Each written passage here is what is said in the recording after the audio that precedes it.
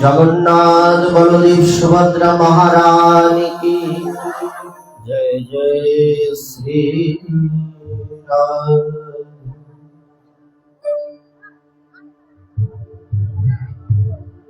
संसार दावा नललेर लोक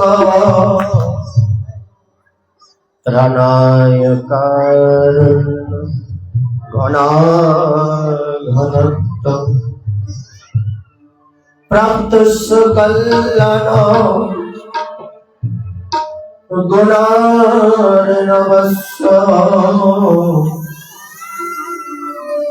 বন্দে গুরুশ্রী চরণারবিন্দ।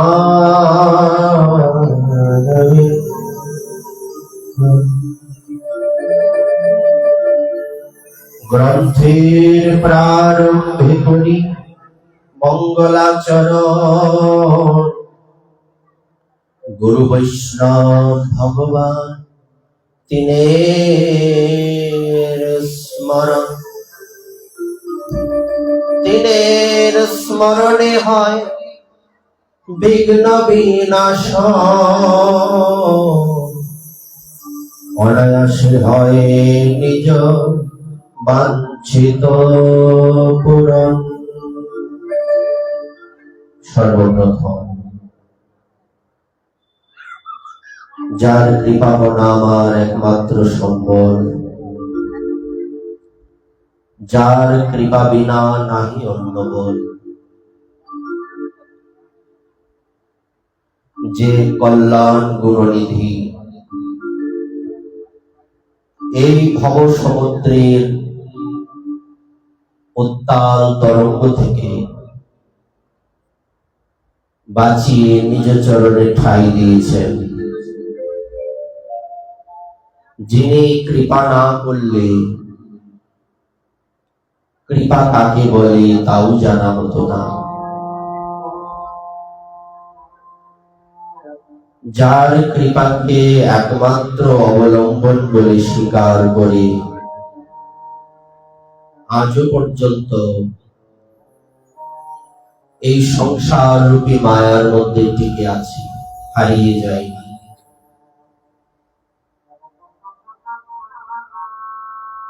সেই করুণা ঘনমূর্তি অষ্টোত্তর শত মুরারিদাস বাবাজি মহারাজ জিউ শ্রী চরণ কমল বন্দনা করছি। দেখুন, ভগবানের নাম যে কোনো জায়গায়, যে কোনো পরিবেশে, যে কোনো অবস্থায় আপনি নিতে পারবেন, কিন্তু শ্রী গুরুদেবের নাম সব পরিস্থিতিতে নেওয়া যায় না। এজন্য ঠাকুর মহাশয় বললেন, বন্দমুই সাবধান মতে।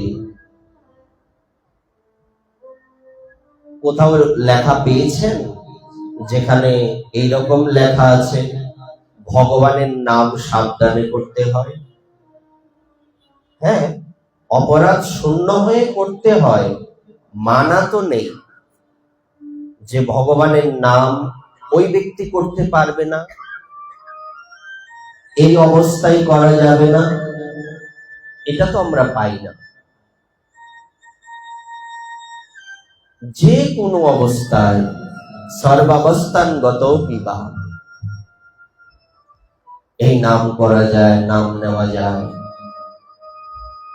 কিন্তু গুরুদেবের নাম সব জায়গায় নেওয়া যায় না। যেমনি করে ভগবানের নাম সব জায়গায় নেওয়া যায়, তো ভগবানের ভজনও যে কেউ করতে পারে, কিন্তু গুরু ভজন সবাই করতে পারে না। যে কি বলছো, এই সর্বনাশের কথা তো আর শুনিনি। গুরু ভজন সবাই করতে পারে না? অবশ্যই পারে না। ভগবানের ভক্ত অনেক পাওয়া যায়, কিন্তু গুরুদেবের ভক্ত পাওয়া কঠিন। গুরুও ঘরে ঘরে মিলে, শিষ্য পাওয়া কঠিন। আমাকে কেউ বলো যে আমি আপনার থেকে দীক্ষা নেব, একদম শরীরটাই ফুলে উঠবে, হ্যাঁ, বিশাল ব্যাপার, গর্বে ভেতরটা একদম ফুলে ফেপে উঠবে। কিন্তু যদি বলা হয় একবার শিষ্য হয়ে দেখাও, দেখিনি, তখন ময়দান ফাঁকা। গুরু ভক্ত হওয়া কঠিন, ভগবানের ভক্ত হওয়া সহজ। কিন্তু আশ্চর্যের বিষয় হচ্ছে কি, আশ্চর্যের বিষয় হলো গুরুদেবকে সাক্ষাৎ দেখা যাচ্ছে, সাক্ষাতে তার সেবা করা যাচ্ছে, তারপরেও কঠিন। অথচ ভগবানকে আমরা কিন্তু সাক্ষাতে দেখতে পাচ্ছি না, ওইটা সহজ। এটাই কলির কৌতুক, এটাই মায়ার ফাঁদ। গুরু ভক্ত যারা হয়েছেন তারাই প্রকৃত ভগবানের ভক্ত, তারাই প্রকৃত ভগবানের একান্তজন।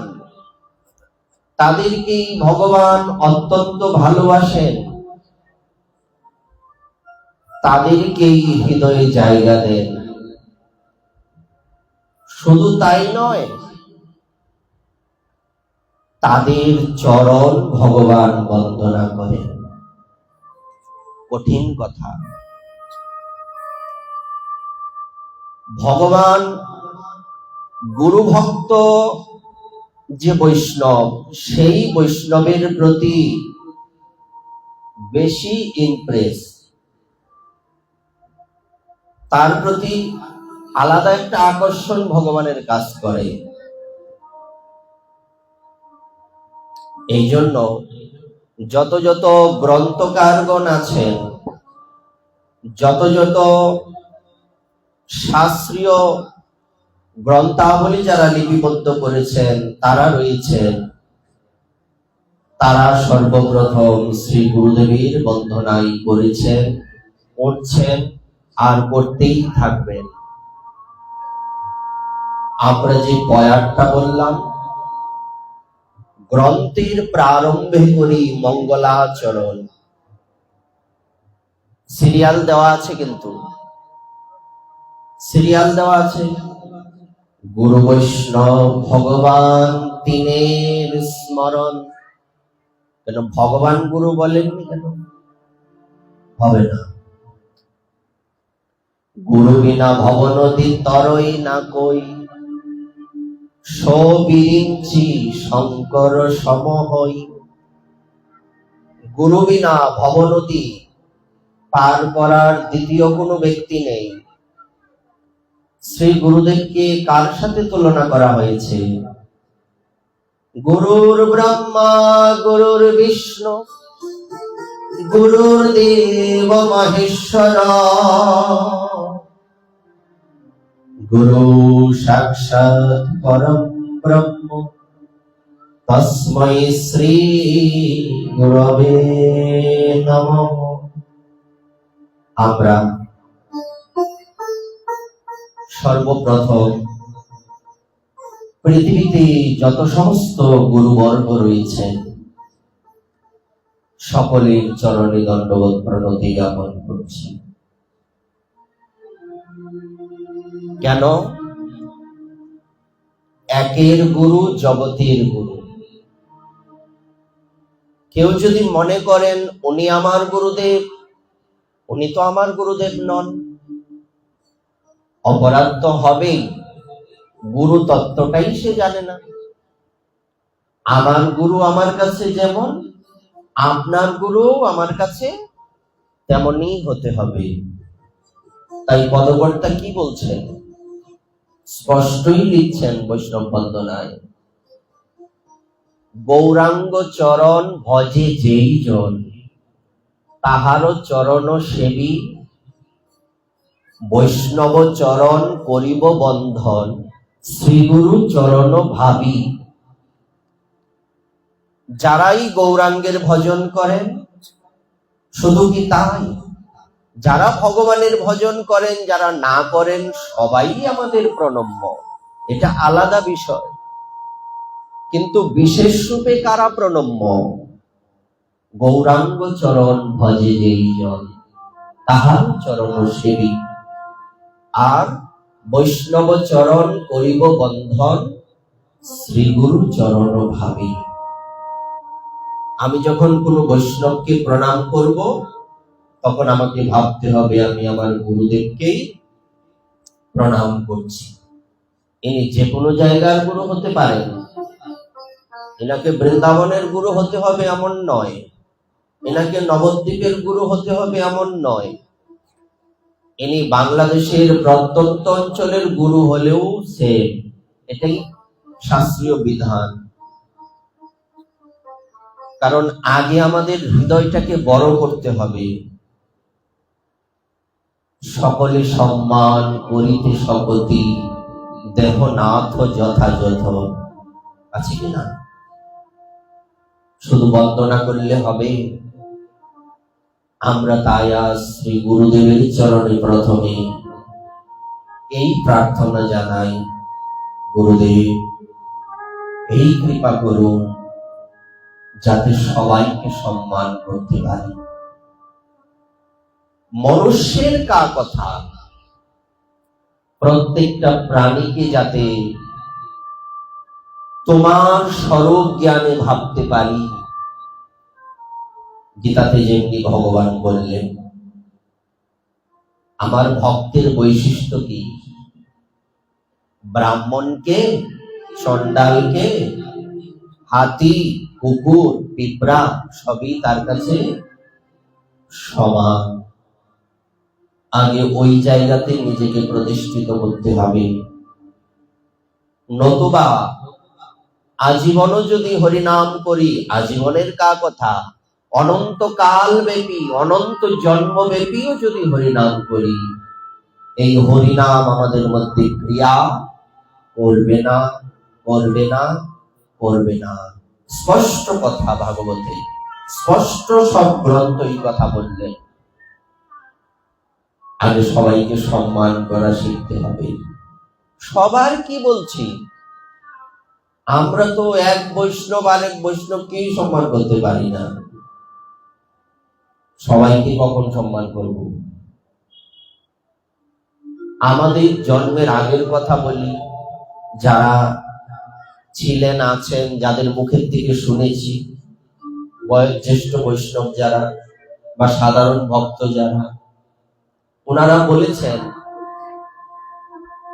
যে বৈষ্ণব দেখলে, কপালে তিলক, গলায় মালা দেখলে আমাদের হৃদয়ের মধ্যে এইরকম ভাবনা জাগরিত হতো, আমরা বুঝি ভগবানের একটা রূপকে দর্শন করছি। বিষয়টা চিন্তা করতে পারছি না? কথা তো সত্যি, ভগবানই তো ভক্ত রূপে আসেন,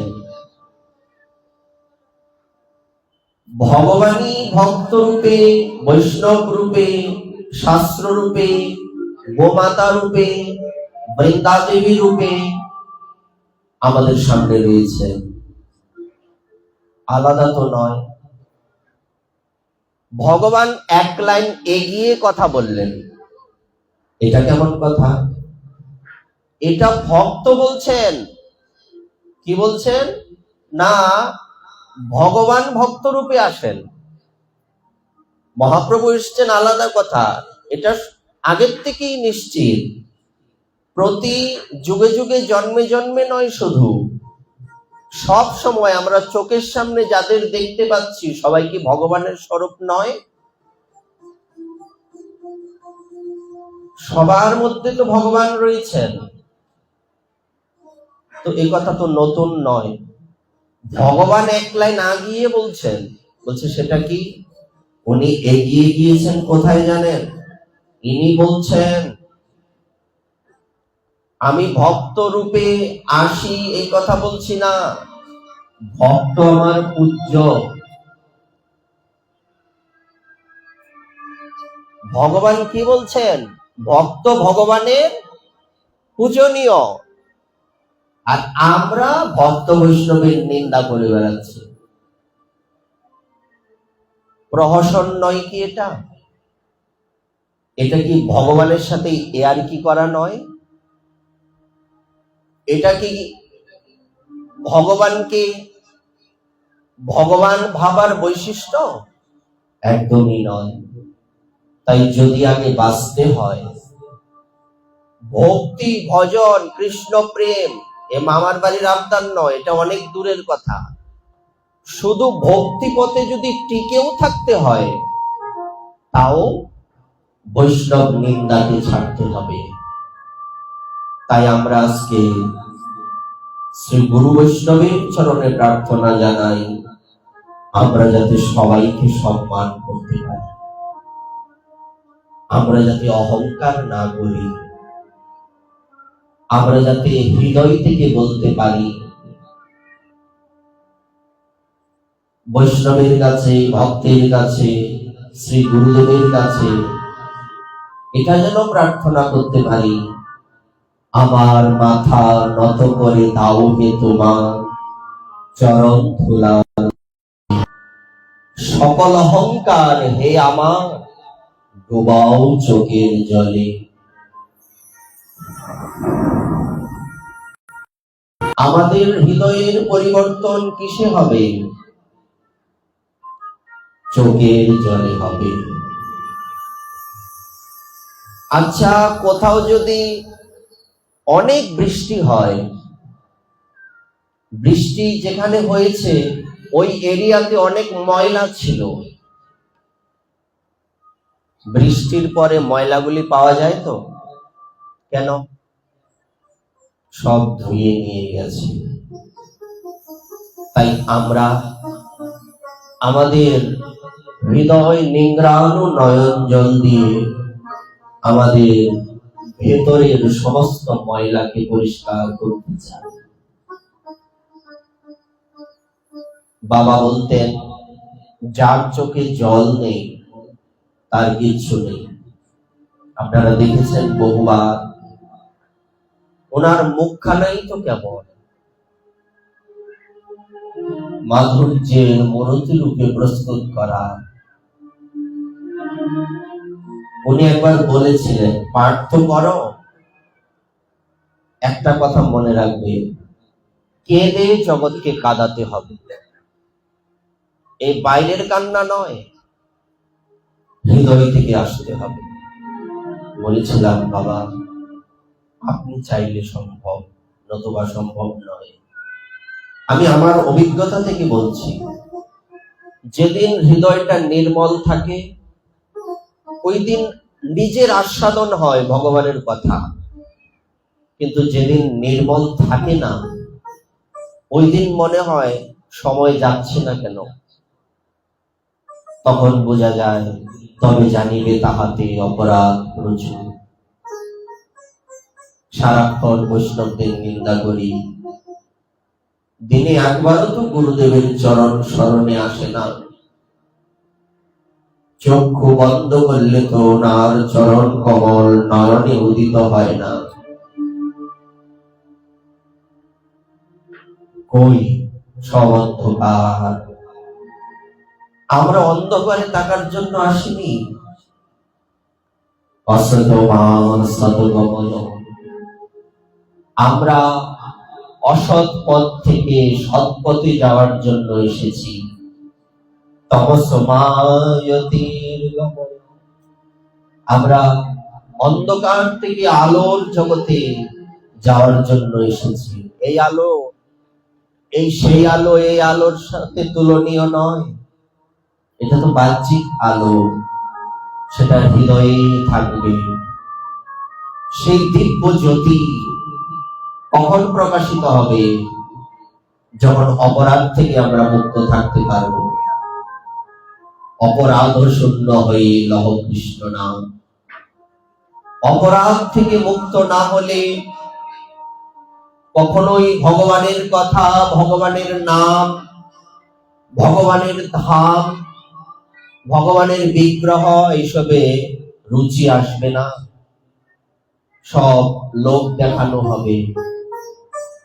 আমার অনুষ্ঠানটা পাশের অনুষ্ঠানের থেকে বড় হয়েছে তো, লোকে আমাকে বাহবা দিচ্ছে তো, না না না, ওই অনুষ্ঠানটা সবার থেকে বড় হয়েছে, এটা জানার জন্য, এটা পাওয়ার জন্য তো আমার ভজন নয়।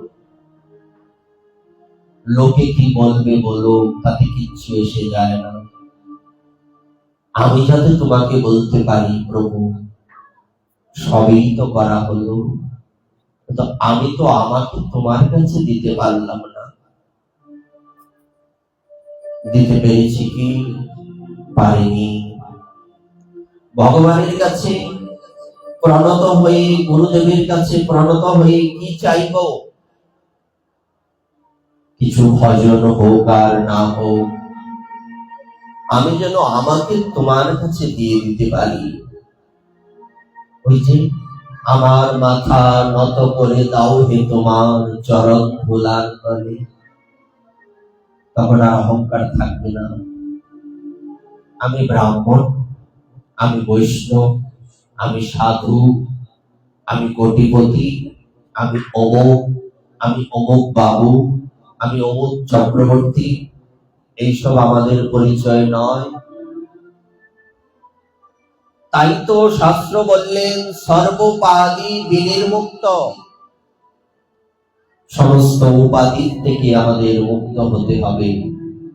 উপাধিগুলি আমাদেরকে ডুবিয়ে দিচ্ছে। আমাদের একটাই উপাধি, আমরা রাধারানীর দাসী। আমাদের একটাই উপাধি, আমরা কৃষ্ণের দাস। যার যে ভাবনা, কৃষ্ণ দাস অভিমানে যে আনন্দ সিন্ধু, কোটি ব্রহ্মানন্দ নহে তারও এক বিন্দু। আমি কৃষ্ণ দাস, আমি রাধারানীর দাসী, এটা যদি কারোর হৃদয়ে একবার ঢুকে যায়, একবার যদি কারোর হৃদয়ের মধ্যে প্রকটিত হয়ে যায়, কেল্লা ফতে বলে কিনা, তার সব হয়ে গেল। আগে দাস হতে শিখতে হবে। আমি দাস, আমি দাসী, আমি যার দাসী তার প্রত্যাশী। প্রাণেশ্বরী কবে মরে হবে কৃপাদিটি, আজ্ঞায় আনিব কবে বিবিধ ফুলবন, শুনিব বচন তবু মিঠি। আমার তো এটা আরাধনা, এটাই তো আমার উপাসনা। দ্বিতীয় কোনো আরাধনা নেই, দ্বিতীয় কোনো উপাসনা নেই। হৃদয়টা কেবল করে থাকবে কবে হবে রাধা কুণ্ডে বাস। ভ্রমিতে ভ্রমিতে কবে এ দেহ পতন হবে, কহে দিন নরোত্তম দাস। আপনাদেরই তো ঠাকুর, বুঝে আমাদের কি কেনা? তাও তো আপনাদের এলাকা, আমরা তো বহু দূরে। কাছে গিয়েও কি তাকে চিনতে পারি? এত কাছে উনি এসেছেন, এত সুন্দর পথ পদাবলী আমাদের দিয়ে গেছে, চিনতে পেরেছি কি? জানি কি উনি কে? মুখস্থ জানি, অনুভূতি নেই। কই, আমি তো কতবার খেতনি ধাম গেলাম, কোনদিন সাষ্টাঙ্গে প্রণত হয়ে বলেছি ঠাকুর মহাশয় যেমনি আপনার নির্মল প্রেম, তার এক বিন্দু প্রেম কি দেবেন? আপনি তো প্রেম ভক্তির মহাজন মহারাজ, আপনি চাইলে তো সব পারেন। বলিনি, মন থেকে বলতে পারিনি। কি করে প্রেম ভক্তি হবে? কোনদিন হবে না। আগে তো হিরে চিনতে হবে, নতুবা কি করে হবে? তোমাকে হিরে বলে কাচের তৈরি হিরে ধরিয়ে দিল, তুমি তো একদম চলে এলে। ওমা, এটা হিরে নয়, বলছে না কাচের তৈরি হিরে, সর্বনাশ হয়েছে। আগে হিরে চিনতে হবে, রত্ন চিনতে হবে। আমাদের রত্ন ঠাকুর মহাশয়, ওনাকে জানতে হবে। ওনার এরিয়াতে এসছি, তৃতীয়ত ওনার শ্রীচরণে দণ্ডবোধ প্রণতি জানাই। তৎপশ্চাৎ শ্রীকৃষ্ণ চৈতন্য প্রভু স্বয়ং ভগবান, তাহার পদার বিন্দে মোর সহস্র প্রণাম। কলিপাবনতার অভাজন ভাজন প্রয়োজন শিরোমণি, সর্বাবতার সার শিরোমণি, নদিয়া আনন্দ আনন্দ কন্দ, যিনি না এলে রাধা কৃষ্ণ চিনতাম না, ভাগবত জানতাম না, গোপী প্রেম চিনতাম না। অন্য দূর কোথায় যাচ্ছেন? যাদের জন্য আয়োজন জগন্নাথ বলদেব সুভদ্রা মহারানী, ইনাদের চিনতাম তো। কি এই তো কালকে রথের মধ্যে কে একজন বলছেন, প্রথম যখন এখানে রথ হতো, বলছে এরা আবার কেমন ঠাকুর। লোকে বলতো, বেশি বছর আগের কথা নয়, যখন কুণালদা প্রথম রথ, ছোটবেলার কথা বলছে। এ আবার কেমন ঠাকুর, হাত নাই পা নাই। তাকে কার দ্বারা চিনতে পেরেছি? যেই গৌর সেই কৃষ্ণ, সেই জগন্নাথ। কিন্তু যুগে যুগে বিভিন্ন রূপে এসে উনি কৃপা করেন। চিনেছি কার দ্বারাতে? মহাপ্রভুর কৃপাতে। জগন্নাথ আমাদের ঠাকুর ছিলেন না। জগন্নাথ একটা নির্দিষ্ট এরিয়ার ঠাকুর ছিলেন, কিন্তু ওনাকে সার্বজনীন কে করে দিলেন? শ্রীকৃষ্ণ চৈতন্য মহাপ্রভু। ওনার থেকেও বেশি দয়াল শ্রীমন নিত্যানন্দ প্রভু, যিনি যাকে তাকে নির্বিচারে নির্বিবাদে কৃপা করে গেছেন, কাউকে বাকি রাখেননি। কৃত পাপী দুরাচারী পতিত পাষণ্ডী, প্রাণে না মারিল কারে, হরিনাম দিয়া হৃদয় সদিল, যাচি গিয়া ঘরে ঘরে। দূর যেতে হবে কেন? সম্মান কি করে করতে হয় সকলকে? নেতাই চাঁদের দিকে তাকান। নেতাই চাঁদ তো সবাইকে অকাতরে নির্বিচারে সম্মান দিয়েছেন। যে ব্যক্তি ভক্তি জানে না, ভগবান চেনে না, তার চরণ তলে গড়াগড়ি গিয়ে তার গীত দিয়ে তাকে প্রেম দিয়ে ধন্য করেছে। এমনটা ছিল আগে? কোনোদিনই ছিল না। রেকর্ড ব্রেক হয় কিনা? ফুটবল বিশ্বকাপ চলছে, ওখানেও রেকর্ড ব্রেক হচ্ছে। সব জায়গার রেকর্ড ব্রেক হয়। নিত্যানন্দ প্রভুর রেকর্ড কেউ ব্রেক করতে পারবে না। কাউকে বিচার করেননি, অকাতরে দিয়েছেন। হাতে পায়ে ধরে কেঁদে কেটে বলেছেন, মুখে বলো গৌরী হরি। তারপর মহাবিষ্ণু অবতার শ্রী অদ্বৈত চন্দ্র, যিনি না এলে নিতাই গৌর আসতেন তো? মহাপ্রভুর 52 বছর আগে এসছেন, আসতেন না। উনি নিয়ে এসছেন গঙ্গা জলে আর নয়ন জলে ডেকে, প্রভু তোমাকে আসতে হবে। তুমি যদি না আসো, এই কলিযুগ যুগবাসীর কি গতি হবে? এরা পতি, এরা ভজন করতে পারবে না। প্রভু খুব তাড়াতাড়ি তোমাকে আসতে হবে। উনি যখন হুঙ্কার করে ডাকতেন ভগবানকে, তখন ভগবানের আসন নড়ে যেত। এই জন্য মহাপ্রভু অদ্বৈত প্রভুকে নারা বলে সম্বোধন করতেন। দেখেছেন? নারা দন্তন্বয়াকার ডয়সন্নর আকার নারা।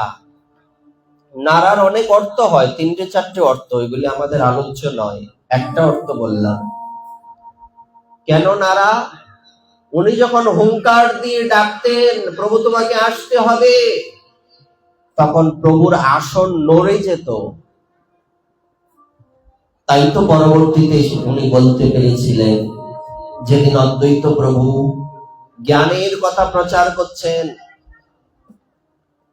সবাইকে নিজজন করে নিয়েছেন, আমাকে উনি নিজজন করেননি, এমন ভাবনা থেকে মহাপ্রভুকে রাগিয়ে দেওয়ার জন্য, না না না, জ্ঞান বড়, ভক্তি কি? ভক্তির কোনো মহিমা নেই, জ্ঞান না থাকলে ভক্তি দ্বারা হবে কি?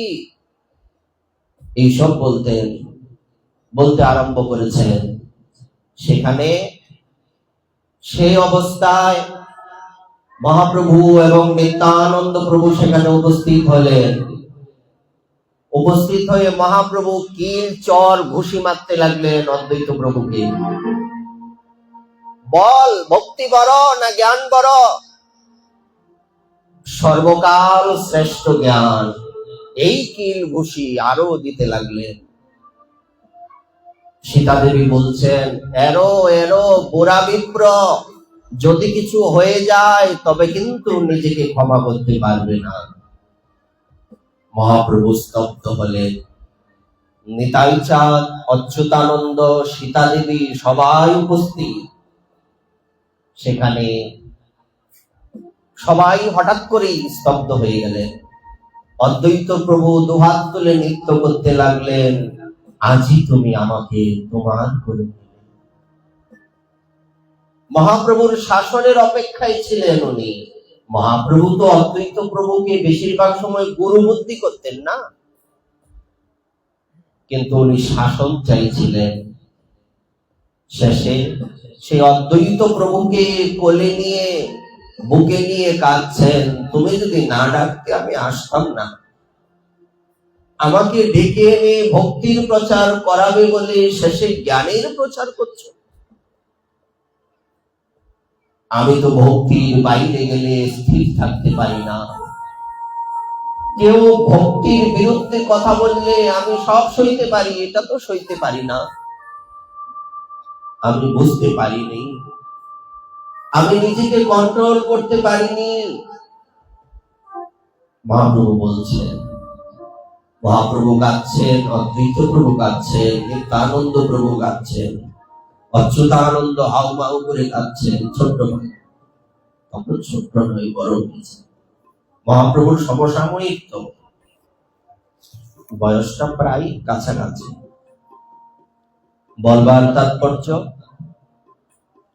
ইনি নিয়ে এসছেন বলে আমরা নিতাই গৌরকে পেয়েছি। তারপর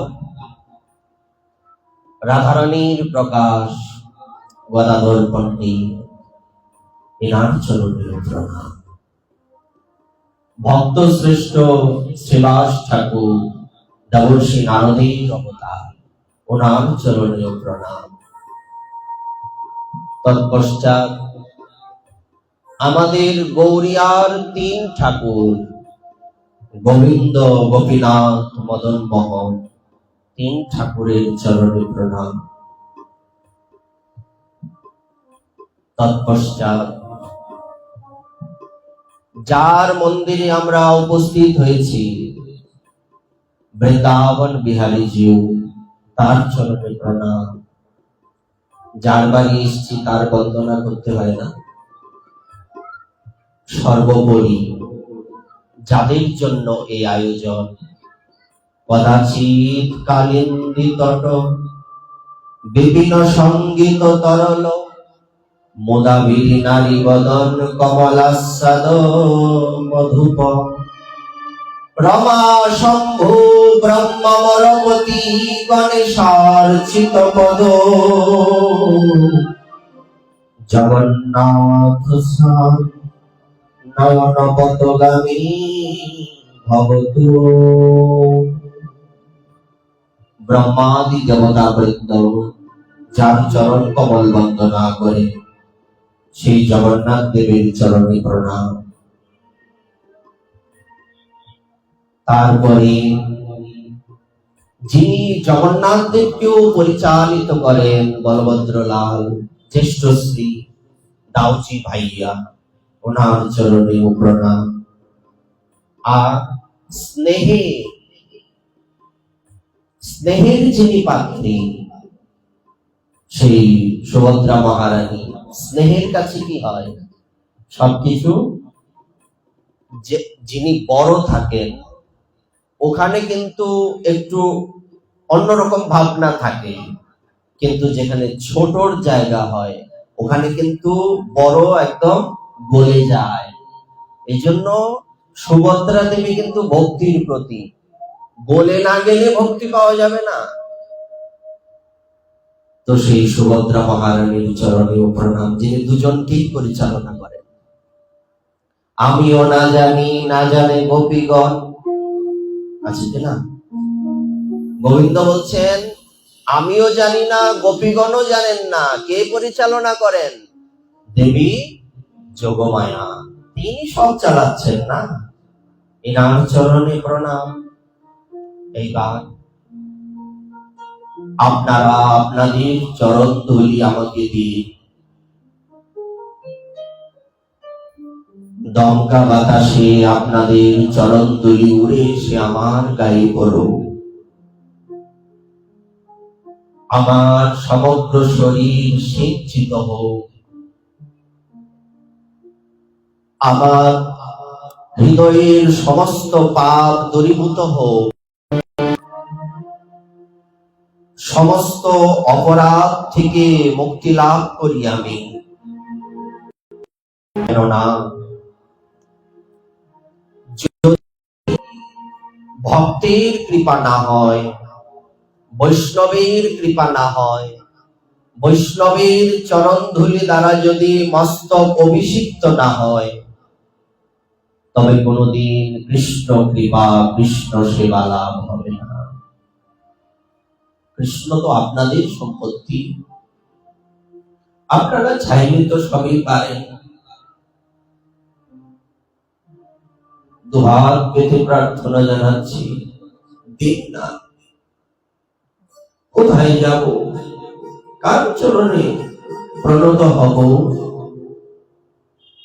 এত প্রহসন, লোক ঠকানো, যার আস্বাদন নেই, ভজন নেই, সাধন নেই, ভাষা জ্ঞান নেই, বারবার রসাভাস করে, সে উপরে বসে আছে কলির কৌতুক। তার জন্য আমাকে ক্ষমা করবেন। আপনারা তো সমস্ত কিছুর মূল, আপনারা তো সমস্ত কিছুর মূল। আপনারা চাইলে দিতে পারেন, কৃষ্ণ সে তোমার, কৃষ্ণ দিতে পারো, তোমারও শক্তি আছে। আমি তো কাঙাল, কৃষ্ণ কৃষ্ণ বলি, ভাই তব পাছে পাছে। দুহাত তুলে কি চাইবো? টাকা দাও, পয়সা দাও, সম্পত্তি দাও না, দুহাত তুলে একটাই চাওয়া, কৃষ্ণ ভক্তি দাও। মহাপ্রভু স্বয়ং ভগবান হয়েও ভক্ত রূপে এসে কি বলেছেন? আমার কৃষ্ণ ভক্তি নেই, নাহি কৃষ্ণ প্রেম ধন, দরিদ্র মোর জীবন, দাস করি বেতন মরে দেহ প্রেম ধন। আমরা ভক্তের দাস হয়ে থাকবো, ভক্তগণ আমাকে দাস করে রাখুন। আর কাউকে দাস হিসেবে রাখলে তাকে মাসোহারা দিতে হয়, মাসোহারা হিসেবে কৃষ্ণ প্রেমধন দিন। কৃষ্ণ প্রেমধন তো আপনাদের মধ্যে বিশেষ রূপে রয়েছে। আপনাদের চরণ কমল আমরা বন্দনা করছি। শুধু আপনারা নন, এখানে এই দুই চোখে দেখা যাচ্ছে যাদের, এখানে শুধু তারাই উপস্থিত নেই, এখানে অদৃশ্যমান সাধুবৃন্দ রয়েছে, শ্রী ভগবান রয়েছে, রাধারানী রয়েছে, মুনি ঋষিবৃন্দ রয়েছে। কেননা যেখানে ভগবানের কথা হয় সেখানে ওনারা যেতে বাধ্য। ওনারা অলক্ষ্যে থেকে উপরের থেকে দুহাত দিয়ে আশীর্বাদ করুন, আমরা এখানে যারা আছি সবার কৃষ্ণ প্রেম ভক্তি লাভ হোক। সেই অলক্ষ্যে থাকা সমস্ত মহারথী মহাজনদের আমাদের হৃদয় নিংড়ানো প্রণাম, ভালোবাসা, শ্রদ্ধা। ওনারা আমাদের কৃপা করুন, আমরা যাতে সপ্ত দিবস ব্যাপী নির্দোষ ভাবে এখানে ভাগবতীয় কথা শ্রবণ কীর্তন করতে পারি। বলা তো যায় না কখন কার মৃত্যু কিভাবে হয়ে যাবে, তাই বন্ধনার যে অংশ, মঙ্গলাচরণের যে অংশ আমাদের, সেটা আজকে এখন কমপ্লিট হলো। এখন একটা কীর্তনে যাব আমরা, আলোচ্য বিষয় আমরা এখনো যাইনি। আমাদের আজকের আলোচ্য বিষয় মহৎ কৃপায় নবজীবন লাভ। মহতের কৃপা হলে কিভাবে নবজীবন লাভ হয়, এটা নিয়ে আমরা একটা উপাখ্যান বলে তারপর বিশ্রামে যাব। এখন একটা কীর্তন হবে।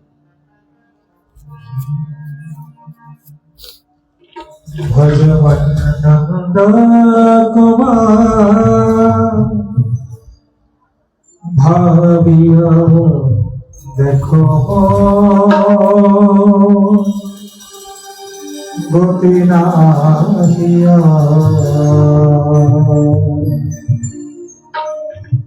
ভজমন কান্ত কুমার ভাবিয়া দেখো গতি নাহিয়া, ভজমন কান্ত কুমার ভাবিয়া দেখো গতি নাহিয়া, ভজমন নন্দ কুমার ভাবিয়া দেখো গতি নাহিয়া। ধন জন পুত্র কন্যা কে বাপনা, ধন জন পুত্র কন্যা কে বাপনা, ধন জন পুত্র কন্যা কে বাপনা, ধন জন পুত্র কন্যা কে বাপনা। এত হরি বনসা, হরি পদসা,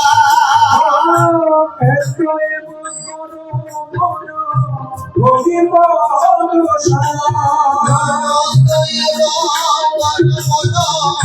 হরি পদসা। কুসঙ্গ ছাড়িয়া সদ সঙ্গে থাকো, সঙ্গ ছাড়িয়া সৎ সঙ্গে থাকো, কুসঙ্গ ছাড়িয়া সদ সঙ্গে থাকো, সঙ্গ ছাড়িয়া সৎ সঙ্গে থাকো। পূর্ণ বলিয়া বনবনে পূর্ণ হইয়া নাথ বলিয়া, ভগবান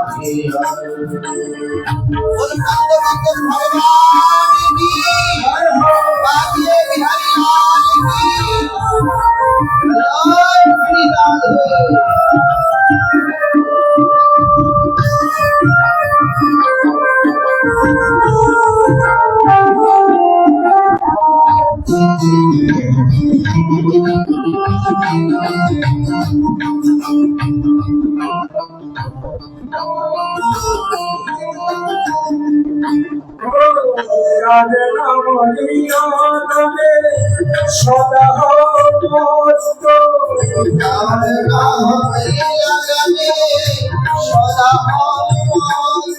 হরি তার নাম হরিয়া নামে সদা মস্ত রাধে নাম হরিয়া গানে সদা মস্ত সে চরণ ধন মানে হরিবে কি অর্থ সে চরণ ধন পাবে হইবে কি তার মনে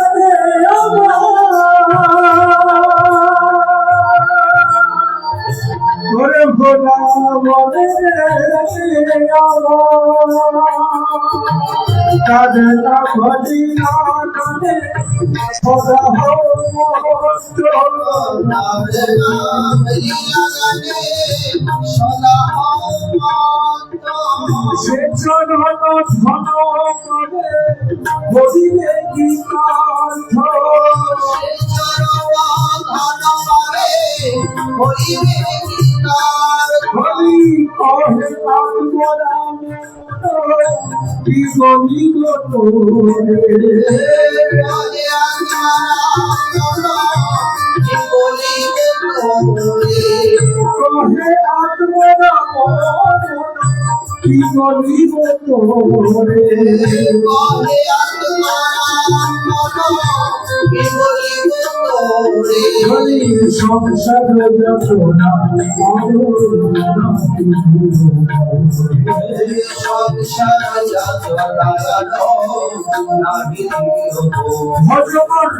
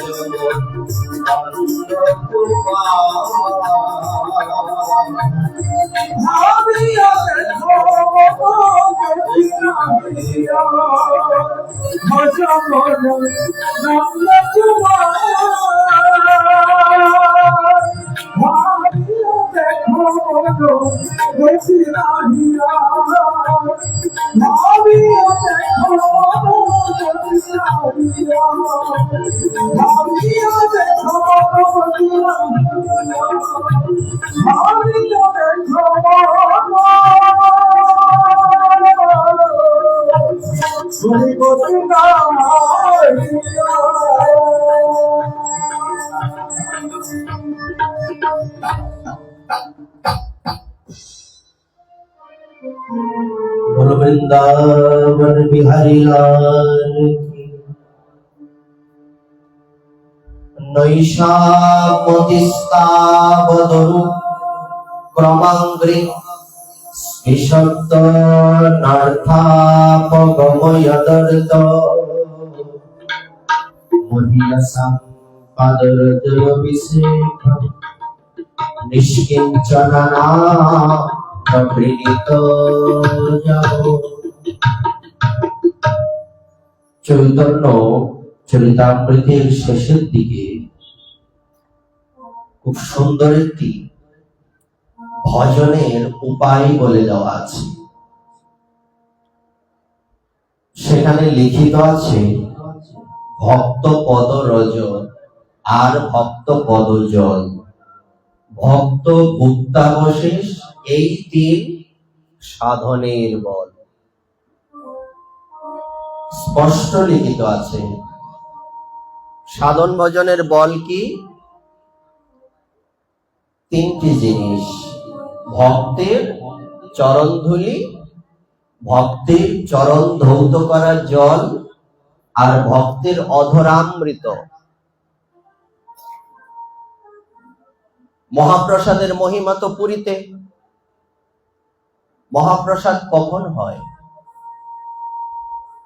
প্রথমে তো প্রসাদ হয়, ভগবানের ভোগ হয় আগে, তারপর দেবীর ভোগ হয়, তারপরে আনন্দবাজারে যায়, তাই তো? মহাপ্রসাদ তখন হয় আমাদের সিদ্ধান্ত যা বলেন, যখন ভগবানকে কোনো কিছু নিবেদন করা হয় সেটা হয় প্রসাদ, আর সেই প্রসাদ যখন গুরুদেবকে নিবেদন করা হয় তখন হয় মহাপ্রসাদ। আর তা যখন ভক্তদের কাছে বিলি করে তাদের সেবা দিয়ে যখন সেই অবশিষ্ট অংশ গ্রহণ করা হয় সেটা হয় মহামহাপ্রসাদ। তো অধরামৃতের এখানেই মহিমা মাহাত্ম্য। তো তিনটে আমাদের সদা সর্বদা এই তিনটে লাভের জন্য প্রয়াসী হতে হবে। কোথায় ভক্তের চরণধুলি পাওয়া যায়, কোথায় ভক্তের চরণ ধৌত করা একটু জল চরণামৃত পাওয়া যায়, কোথায় একটু ভক্তের অধরামৃত পাওয়া যায়, সেটা কিভাবে নিতে হবে? নেওয়ার সিস্টেম কি? রাজেন্দ্র দাস শাস্ত্রীজি মহারাজ একটা পাঠে বলছিলেন প্রসঙ্গক্রমে যে আমার যিনি গুরুদেব, তো উনি প্রতিদিন সেবা করার পর ওনার যে পাত্রটা, অবশেষ পাত্রটা, সে পাতা হোক আর যাই হোক, উনি নিজে নিয়ে ফেলে আসতেন, কাউকে দিতেন না, কাউকেই দিতেন না। তো শাস্ত্রীজি বলছেন আমিও কোনোদিন চেষ্টা করিনি, চাইনি। শুনতে কেমন লাগে না কথাটা? এই কেমন কথা? শিষ্য তো গুরুদেবের অধরামৃতই পাবে, তিনি এই কথা বলছেন কেন? এটার একটা টুইস্ট আছে। পরবর্তীতে উনি বললেন, একদিন আমার গুরুদেব আমাকে বলছেন যাও পাতাটা ফেলে আসো। এত বছর ধরে আমার সাথে ওনার সাথে আমি আছি, তো এই জায়গার মধ্যে এতদিন থাকার পরেও আজ পর্যন্ত উনি আমাকে বলেননি পাতাটা ফেলে আসো। আজকে কেন বললেন? যে জনা কৃষ্ণ ভজে সে বড় চতুর, উনি বুঝতে পেরেছেন। কেননা শাস্ত্র কি বলেন? শাস্ত্র বলেন বৈষ্ণব কখনো নিজে থেকে কিছু কাউকে দেবেন, এটা দেবেন না। কেন দেবেন না বা বলবেন না, নাও আমি তোমাকে অধরামৃত দিলাম, এটা কি বলে নিয়মের মধ্যে পড়ে না, আনকালচার্ড ব্যাপার বৈষ্ণবের মধ্যে কাছে এটা। উনি কি করলেন, সেই পাতের মধ্যে যে অবশিষ্ট কণা ছিল সেই কণাটা উনি গ্রহণ করলেন।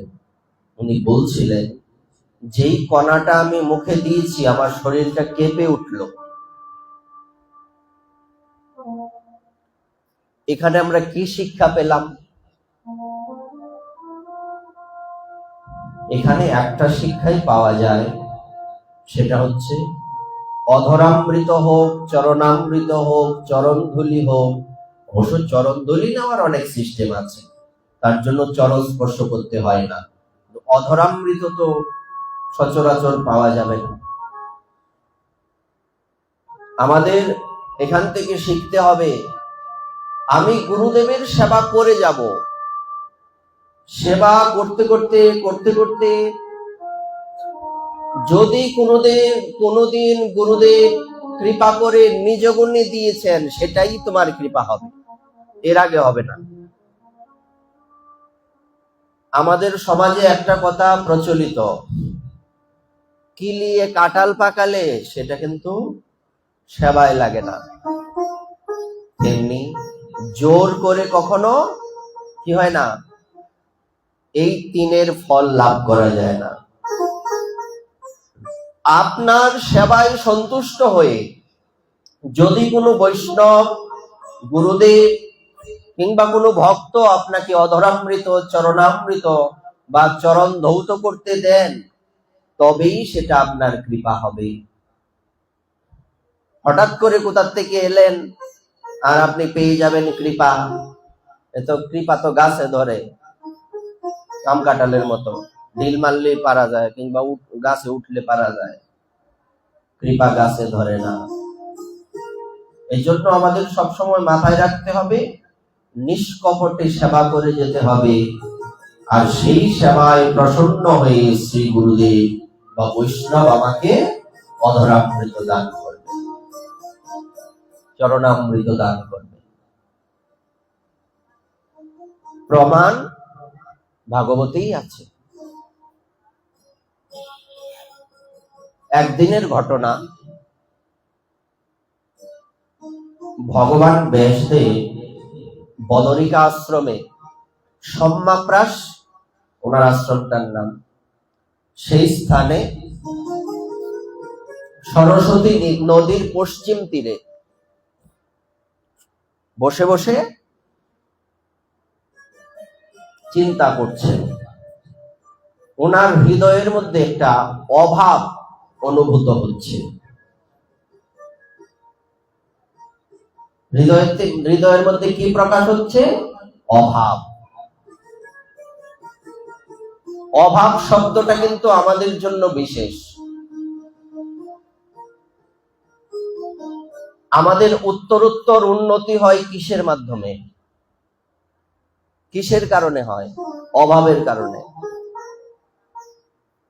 চাহিদা। অভাব যার নেই তার উন্নতি হবে না। এটা অর্থের দিক থেকে হোক, বিদ্যার দিক থেকে হোক, সম্পত্তি যাই বলেন, যা কিছু আছে পারমার্থিক ও ভক্তিও, অভাব অনুভব করতে হবে। যে কোথায় আমি অপূর্ণ খুঁজে বের করতে হবে। দুঃখ থাকতে হবে, আমি কি পেলাম না। অভাব থেকে, বিষাদ থেকেই কিন্তু সবকিছুর উৎপত্তি।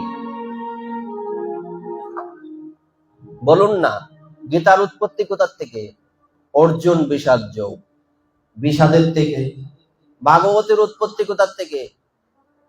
যদি আগের কথা বলি, পার্বতী দেবীর প্রশ্নের থেকে। সব জায়গায় মিলান, বিষয়গুলি মিলে কিনা? পরীক্ষিত মহারাজের কিসের থেকে? বিষাদের থেকে। এই যে এখানে বসে আছেন মহাশয় ভগবান ব্যাসদেব, অভাব থেকে। অভাবের থেকে তো এসছে। যা কিছু আছে, চণ্ডী গ্রন্থের কথা বলবেন, অভাবের থেকে এসছে। সমাধি বৈশ্য আর রাজা সুরত, সংসারের যন্ত্রণা সব নিয়ে গেছে। এবার ওনারা মেদোসমণির আশ্রম আমরা গিয়েছিলাম, ওই পাহাড়ের উপরে, অনেক সুন্দর মনোরম পরিবেশ, চট্টগ্রাম। তো ওনারা সমাধান খুঁজেছিলেন, সেখান থেকেই চণ্ডী এসছে। অর্জুনের বিষাদ থেকেই গীতা এসছে। পরীক্ষিত মহারাজের এই অবস্থা না হলে ভাগবত আমরা পেতাম তো? পেতাম না। এই জন্য অভাবের দরকার। মনের মধ্যে ভাবনা থাকতে হবে, আমি তো পেলাম না, আমার তো হলো না, আমার সাধন হলো সারা, আমার ভজন হলো সারা। নদীর চাঁদের কান্তা আমি, কান্ত আমার গোরা। কোথার থেকে আসছে এই কথাগুলি? এত দূর যাওয়ার কি দরকার? ঠাকুর মহাশয়ের যে প্রেম ভক্তি চন্দ্রিকা এবং প্রার্থনা, কিসের থেকে এসছে? বৃন্দাবন বিরহ কিনা? হ্যাঁ, অনেক দুঃখের পরে লয়েছিলে ব্রজপুরে, কৃপাডোর গলাই বান্ধিয়া, দৈব মায়া বলাৎকারে খসাইয়া সেই ডোরে, ভবকূপে দিলে কোদারিয়া। আবার পাঠিয়ে দিলেন এখানে, গুরুদেবের আদেশ, কিছু করার নেই। কারণ এটা তো পূর্ব নির্ধারিত। ঠাকুর মহাশয়ের যদি বিরহ না হতো, প্রেমভক্তি চন্দ্রিকা আমরা পেতাম না। তাই আমাদের হৃদয়ের মধ্যে অভাব থাকতে হবে। যেমনি মহাজনগণ বলে, প্রভু আমার কিছু মনে থাক আর না থাক, এটা যেন মনে থাকে আমি তোমাকে আমার ঘরে আনতে পারলাম না। ঘর কোথায়? এই হৃদয় রূপী ঘর, এখানে তোমাকে আমি জায়গা দিতে পারলাম না। আমার মন্দিরে তোমাকে জায়গা দিয়েছি, অর্থ আছে, বিত্ত আছে বা নেই, না থাকলে চিত্রপট, কিছু না কিছু তো ঘরে আছে। হৃদয়ে কতটুকু আছে? আমি কি তাকে আমার হৃদয়ে বসাতে পেরেছি? ভেতর থেকে সাউন্ড আসবে, নো, না তুমি পারোনি। আমার এটা যাতে মনে থাকে। এমন সময় দৈবে সেখানে দেবর্ষী নারদ উপস্থিত হলেন। তোমাকে তো এরকম কালো মুখ করে বসে থাকা মানায় না, এভাবে বসে আছো, ঘটনা কি? প্রণাম করলেন, বসতে দিলেন, মুখটা কালো হয়ে আছে।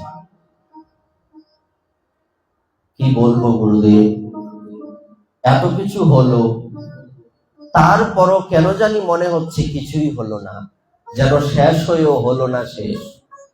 ছোট গল্পের মতো সবই হলো কিন্তু কিছুই হলো না। আমার অপূর্ণতা কোথায়? আপনি কৃপা করে বলুন। এই যে আশ্রয়, এটার নাম আশ্রয়।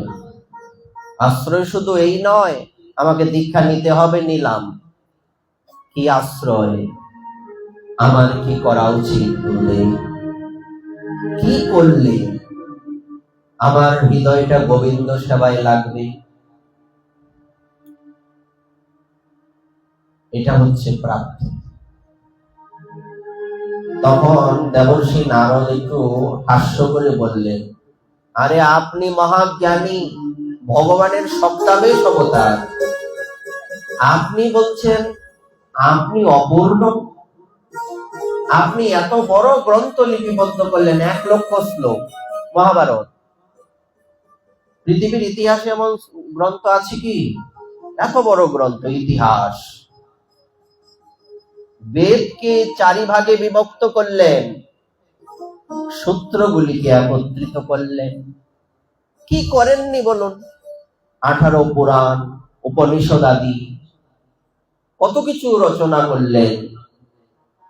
আপনি বলছেন আপনি অপূর্ণ। ব্যাসদেব বলছেন, গুরুদেব সত্যি আমি অপূর্ণ, আপনি আমার সাথে রসিকতা করবেন না। দেখুন, আমরা সম্মানের কাঙাল, শব্দটা উচ্চারণ করতে একটু বিবেকে বাজছে, সত্যি কথা বলে দিচ্ছি না তো।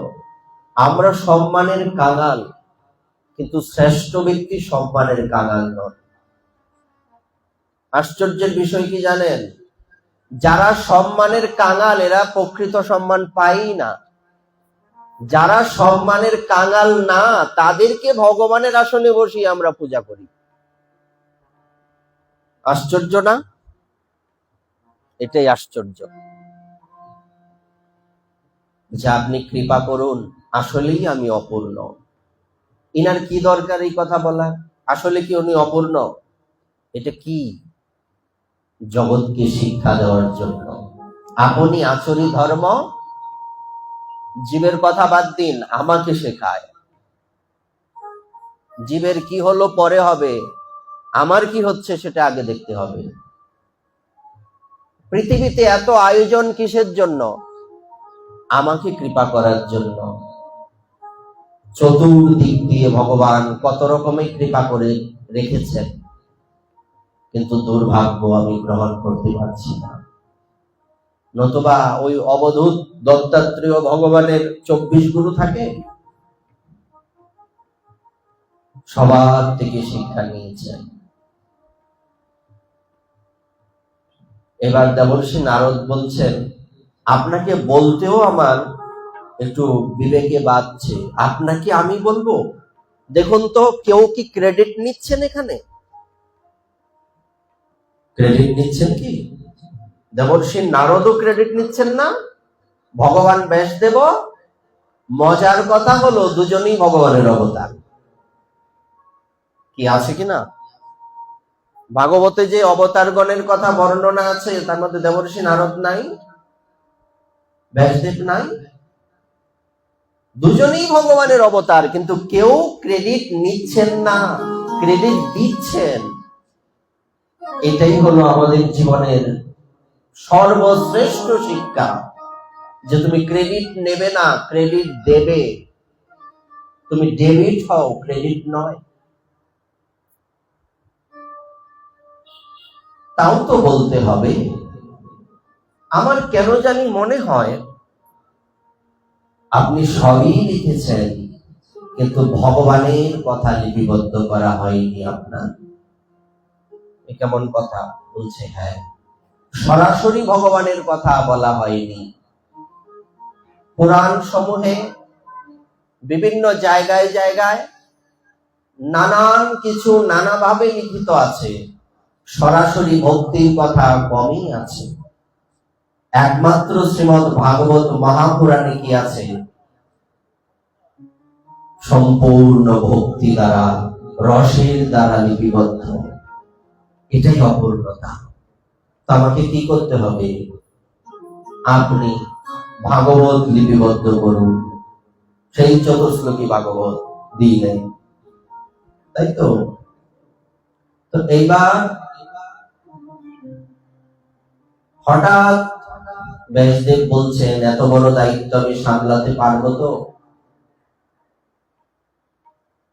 আর আমি এখন বৃদ্ধ হয়ে গেছি, আমি কি সত্যি সত্যি লিপিবদ্ধ করতে পারবো? দেখবেন ওখানে লেখা আছে স্পষ্টই, ভাগবতে বলা আছে কি, যে কোন বাক্য সেটা যত সুন্দরই হোক, যত রসেরই হোক, তা যদি ভগবানের কথা না বলে, সেই বাক্য ডাস্টবিনের মতো অপবিত্র।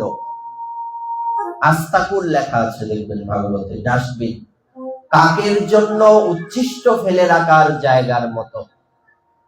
আর অপভাষায় রচিত, সুন্দর ভাষা নেই, কোনো পাণ্ডিত্য নেই, কিন্তু ভগবানের কথা হচ্ছে, সেটা পৃথিবীর মধ্যে সর্বশ্রেষ্ঠ। আপনি লিখুন, ভগবানের কথা লিখতে কোনো চিন্তা করতে হবে না।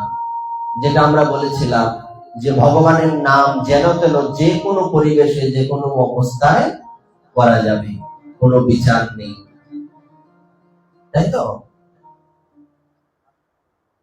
তারপরও আমার হৃদয়ের মধ্যে একটা ছোট্ট ভাবনা, যে কি, যদিও আমার পিতা পরাশর মুনি,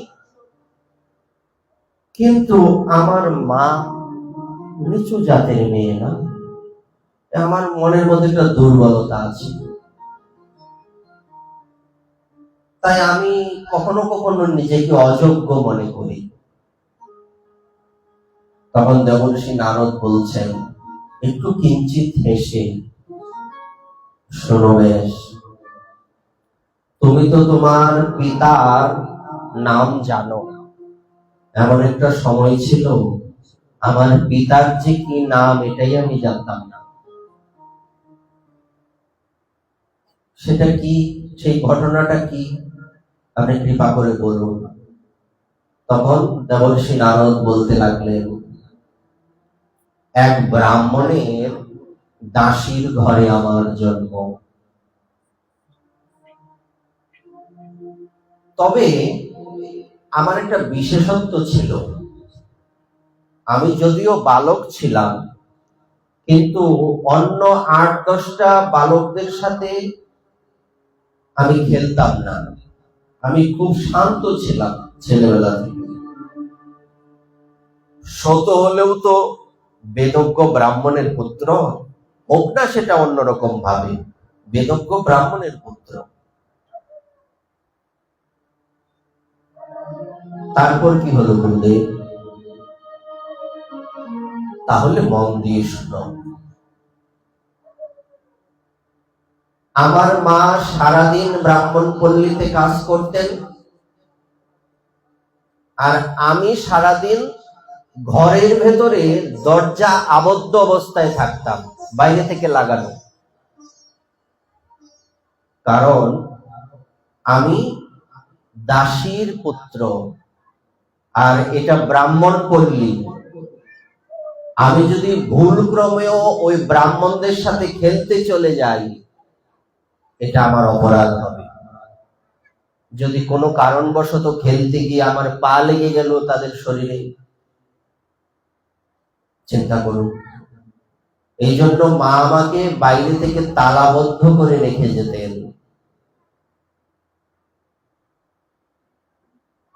তারপর কি হলো গুরুদেব?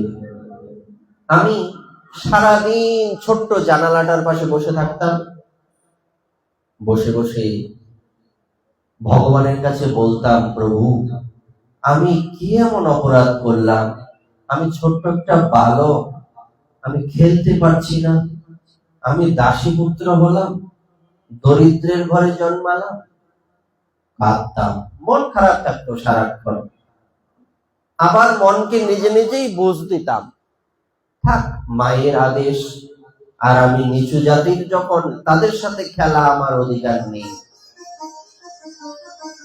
জানালার পাশে একদিন বসে আছি, পাশ দিয়ে কয়েকজন দিব্য দেহধারী সুপুরুষ যাচ্ছেন, সাধু। ইনারা যে সাধু আমি এও জানতাম না, পরে জানতে পারলাম ইনারা সাধু। জানো ব্যাসদেব, তাদেরকে দেখে আমার কেন জানি মনে হচ্ছিল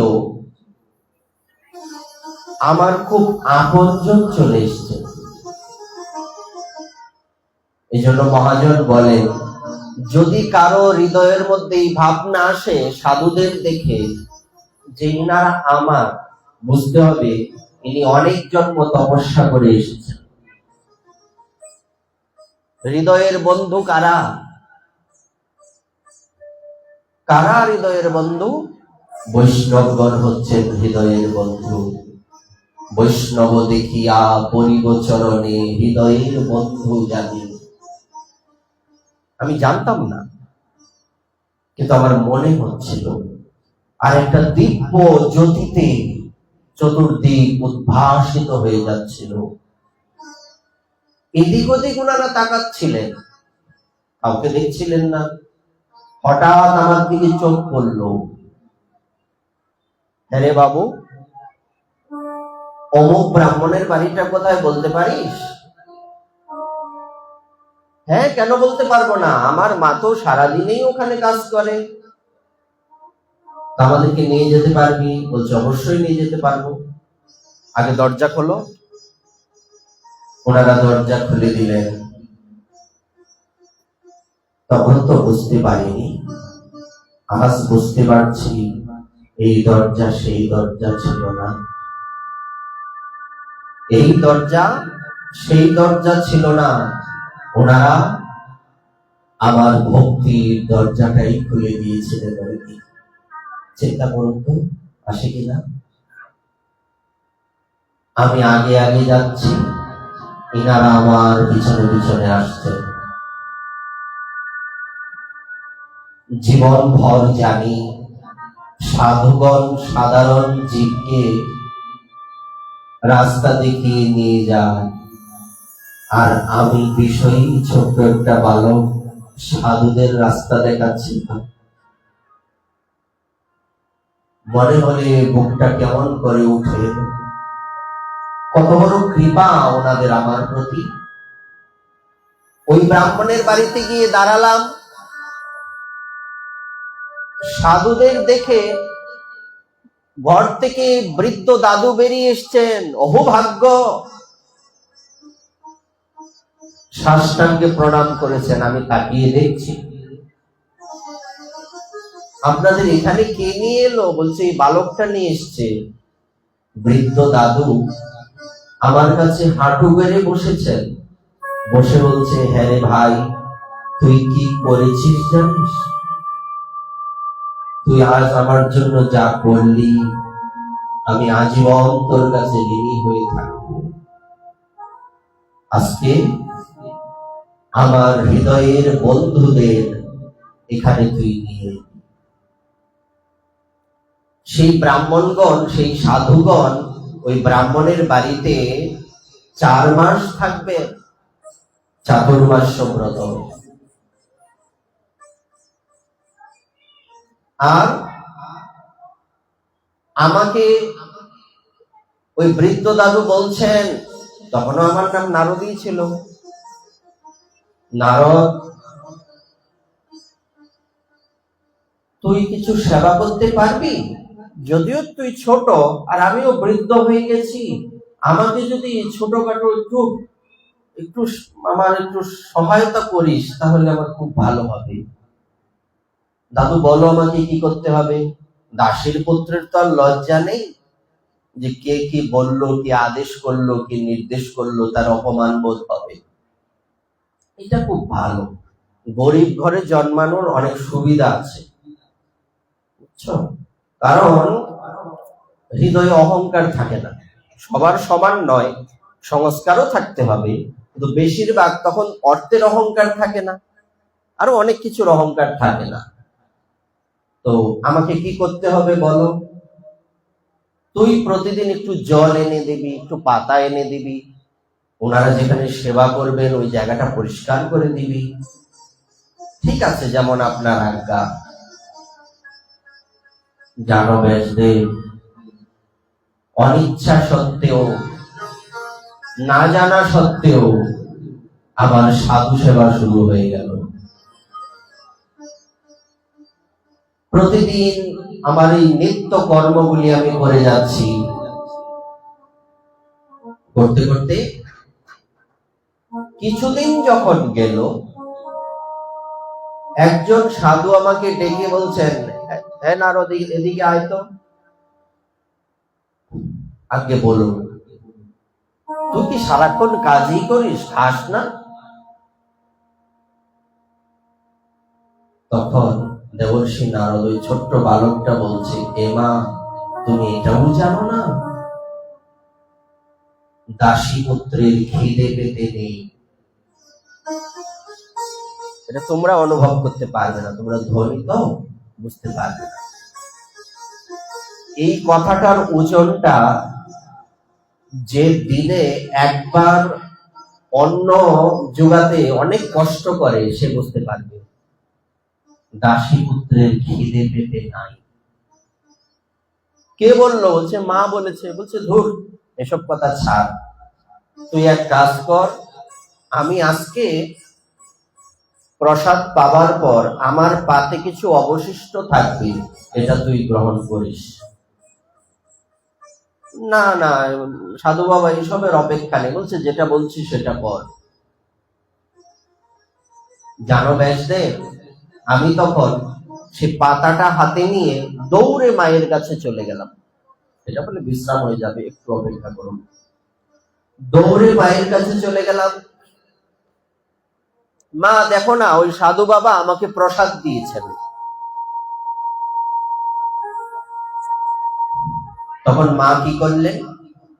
আমি মায়ের কোলে বসলাম, সেই প্রসাদ মা আমাকে খাইয়ে দিচ্ছেন। একবার যখন মুখে ওই প্রসাদটা নিলাম, আমার শরীরটা কেঁপে উঠলো। মেলান মিলছে কিনা? শাস্ত্রীজির কথাটা মিলে কিনা? আমার শরীরটা কেঁপে উঠলো। আমার ভেতরে একটা কিরকম একটা আনন্দ অনুভূত হচ্ছে, আমি বলতে পারছি না। আচ্ছা, কৃষ্ণ প্রেমের কথা বলা যায় তো? যে মিষ্টি খায়নি তাকে মিষ্টির স্বাদ বলে বোঝানো যাবে কি? পৃথিবীর সর্বশ্রেষ্ঠ পণ্ডিত আসলেও হবে না। এই অনুভূতির কথা বলা যায় না, যত বলা হবে কম বলা হবে। দুই একবার গ্রহণ করার পরই আর পারছি না, পাওয়ারই জিনিস তো, মহাপ্রসাদ, মহাপ্রসাদ, সাধুর অধরামৃত। আমার শরীরটা কেমন করছিল, মায়ের কোলে ঘুমিয়ে পড়লাম। ঘুম থেকে যেই উঠলাম, আমি আমার মধ্যে কিছু পরিবর্তন লক্ষ্য। আমি আর আগের নারদ নাই। আগে দুঃখ হতো, আমি দাসীপুত্র, আমি দরিদ্র, অমুক তমুক। কিন্তু আমার শুধু এটাই মনে হতো যে ওনাদের মতো যদি ভজন করতে পারতাম। এনারা কত সুন্দর ধ্যানে বসেন, জপ করে, যদি ওনাদের মতো ভজন করতে পারতাম। অধরামৃতের ফল। কৃষ্ণ প্রেম কোথায়? সাধুর অধরামৃতে। কোন অধরামৃতে? নিজ গুণে ইচ্ছে করে দিলে, সেবায় প্রসন্ন হয়ে। এই সূত্রগুলি মেনটেন করতে হবে। তারপর দিন যেতে লাগলো, সবার মধ্যে কথাবার্তা হচ্ছে। কিভাবে কিভাবে 4 মাস চলে গেল, আর কয়েকদিন আছে। কথাবার্তা হচ্ছে এনারা চলে যাবেন, সময় শেষ হয়ে এসছে। আমার মনের মধ্যে অজানা একটা ভয়, একটা দুঃখ। কোথা থেকে জানি এসছে, কিসের ভয় জানি না, কিন্তু দুঃখটা কেন না, এতদিন একসাথে ছিলাম, তাদের প্রতি একটা ভালোবাসা তৈরি হয়ে গেছে। ভয়টা কিসের বলুন তো? একাকী আমার নাহি পায় বল, হরিনাম সংকীর্তন। কিংবা সাধু সঙ্গে থাকি, 6 বেগদমি, শ্রীকৃষ্ণ চরণ ভজি যেন আমি। ভয়টা হলো সাধু সঙ্গ থেকে আমাকে দূরে চলে যেতে হবে। পরে বুঝতে পেরেছি মন খারাপ। ওই সাধু বাবা যিনি অধরামৃত দিয়েছিলেন, ইনি ডেকে নিয়ে বলছেন, কিরে মন খারাপ? কথা বলতে ইচ্ছে করছিল না। হ্যাঁ বাবা, মন খারাপ। কেন রে? ওই যে আপনারা চলে যাবেন। ওই সাধু হাসলেন, এসে বলছেন, নারদ, আমাদের প্রতি ভালোবাসা তৈরি হয়ে গেছে না রে? হ্যাঁ, সে তো হবেই। তাহলে চল, এক কাজ কর, আমাদের সাথে চল। এটা হবে না, কারণ আমার মা আছেন তো, আমাকে ছাড়া আমার মায়েরও কেউ নেই, মাকে ছাড়া আমারও কেউ নেই। আচ্ছা ঠিক আছে, যা, স্নান করে আয়। স্নান করে এলাম। উনি আমাকে সুন্দর করে সাজিয়ে দিলেন। কোন সাজ গো? কোন সাজ? মালা তিলকের সাজ। আমরা তো মালা তিলক করতে অনেকে লজ্জা পাই, ভয় পাই। অনেকেই আছে এরকম। মালাটা এমন জায়গায় পরি যাতে দেখা না যায়, শার্টের নিচে, গেঞ্জির নিচে পরে। এরকম আছে কি নাই? কিন্তু এটাই আমাদের সাজ। যেদিন আমার অন্নপ্রাশন হয়েছিল, ওই দিনে সাজ ছিল। যারা বিয়ে করেছেন, ওই দিনও সেই সাজ ছিল। যেদিন আমাকে চলে যেতে হবে, ওই দিন ওই সাজই থাকবে। বাকিগুলি নিয়ে যেতে পারবে? জীবনের প্রধান যে 3টি অনুষ্ঠান, ওখানে কি থাকে? মালা তিলক থাকে। আমাকে উনি সাজিয়ে দিলেন, কোলে বসিয়ে কানের মধ্যে একটি মন্ত্র দিলেন। তখনও জানতাম না এটা কি। জানো ব্যাসদেব, আজ বুঝতে পারছি এই মন্ত্রের কি মহিমা। দেবর্ষি নারদ স্তব্ধ, ব্যাসদেব নিস্তব্ধ। আশেপাশে কোনো শব্দ নেই, হিমপতন নীরবতা। বলেই যাচ্ছেন উনি। সেই মন্ত্র পাওয়ার পর আরো পরিবর্তন হয়ে গেল আমার। এখন শুধু আসনে বসে থাকতে মন চায়, কোথাও যেতে মন চায় না, চোখ বন্ধ রাখতে মন চায়, কিছু মন চায় না। দেখুন আমরা কি চাইবো গুরুদেবের থেকে, কি প্রার্থনা জানাবো? ঠাকুর মহাশয়ের সাথে যদি আমরা বলি, সেখানে কি বর্ণনা আছে, কি প্রার্থনা করছেন? প্রভু লোকনাথ কবে সঙ্গে লয়ে যাবে, শ্রীরূপের পাদপদ্মে মোর সমর্পিবে। কথাটা বড় ওজনের কথা, আমার মুখে মানায় না, লজ্জা হয় বলতে, তাও বলছি, কিছু মনে করবেন না।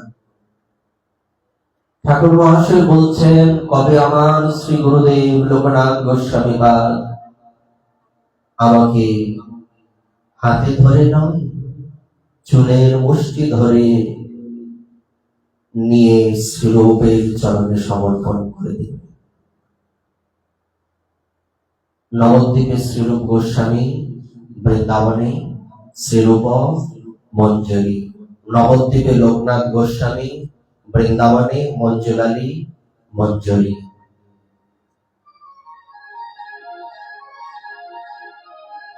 এটাই তো চাওয়া। তারপর আমাকে দেখে শ্রীরূপ মঞ্জুরি বলবেন,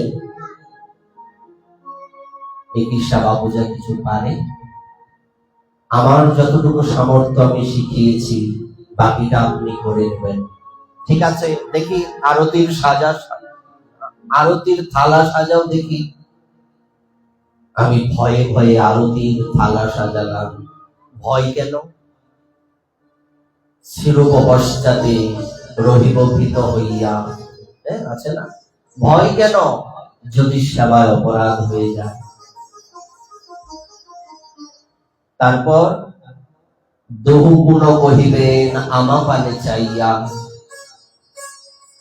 দহু মানে যুগল কিশোর, আমার দিকে তাকিয়ে বলবেন রূপমঞ্জরিকে, রূপ একে কোথা থেকে নিয়ে এসছো? মঞ্জুলালী দিল মোরে এই রাশিয়ানি।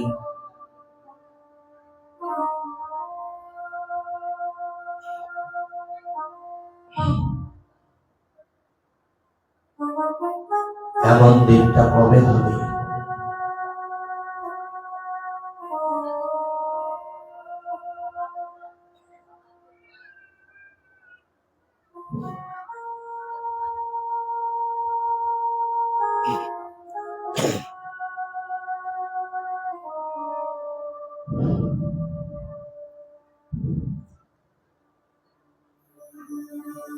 আর বলতে পারবে। এটাই প্রার্থনা থাকবে গুরুদেবের কাছে। সেই ছোট্ট বালক বলতে লাগলেন, মনে মনে ভাবতে লাগলেন, আমি কি পেয়েছি? ওখানে দেবর্ষি নারদ বলছেন, ওই সময় আমি কি পেয়েছি আস্তে আস্তে বুঝতে পেরেছি, আগে বুঝতে পারিনি। দিন যখন চলে গেল, 4 মাস মুহূর্তের মধ্যে চলে গেল এমন মনে হচ্ছিল। হঠাৎ ওই দিন সাধুগণ চলে যাবেন, আর আমার দুঃখের তো সীমা নেই। আমার মনে হচ্ছে আমার প্রাণটাই চলে যাচ্ছে। সাধুগণ যাচ্ছেন, যতদূর চোখ যায় তাকিয়ে আছে। চাতক যেমন তাকিয়ে থাকে বৃষ্টির জলের দিকে, তাকিয়ে আছে। চোখ আর কত দূর যাবে, ওনারা মিলিয়ে গেলেন। আমার কি মনে হচ্ছিল জানো, আমার যদি মৃত্যু হয়ে যেত ভালো ছিল।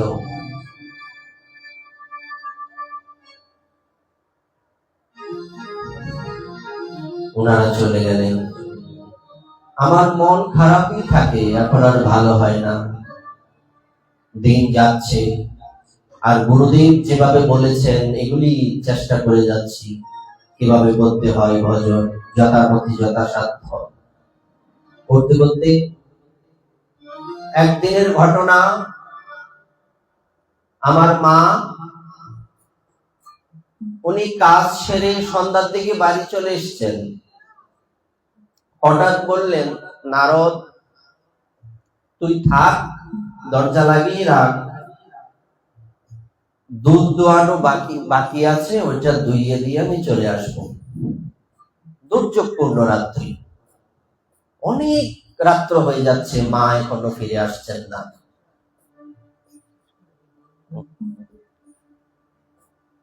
মা ফিরে আসছেন না, আমি মাকে খুঁজতে গেলাম।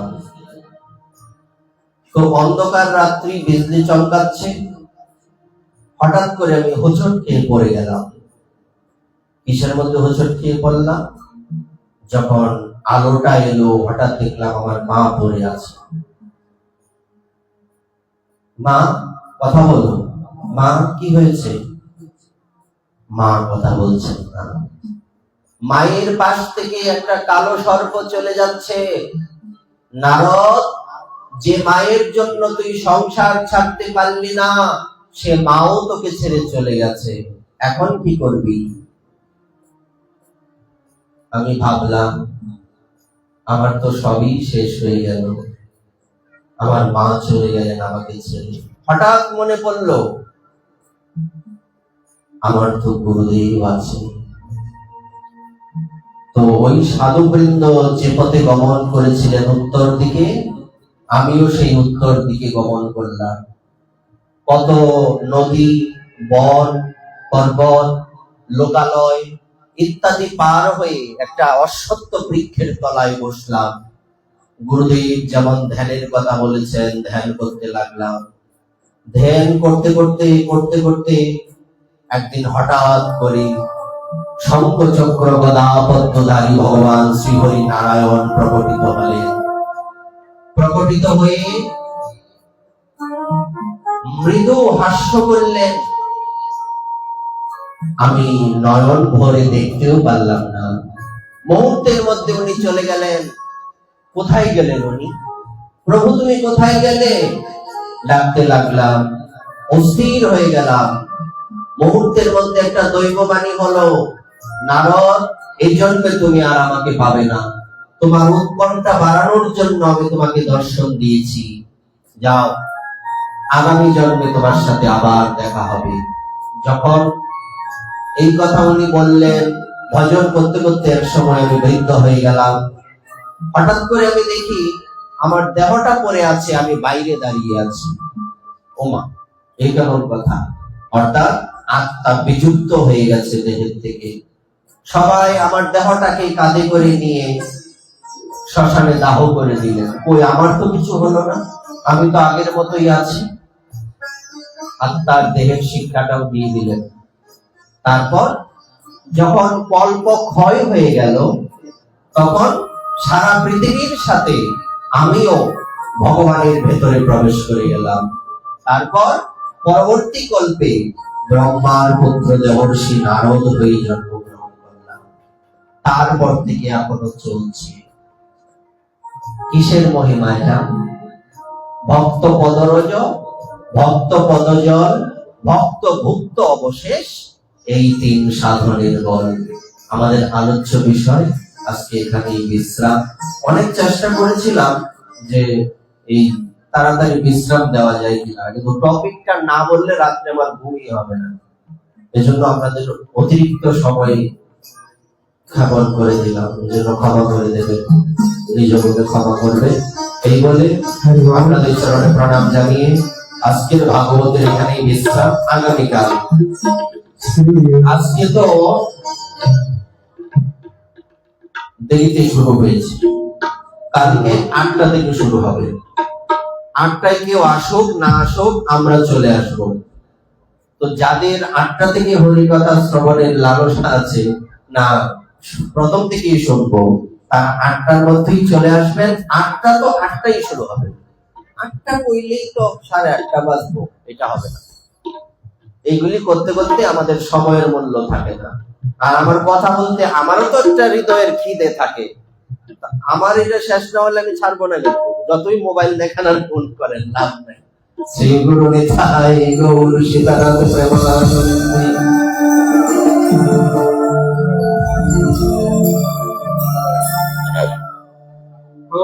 শ্রীমন নারায়ণ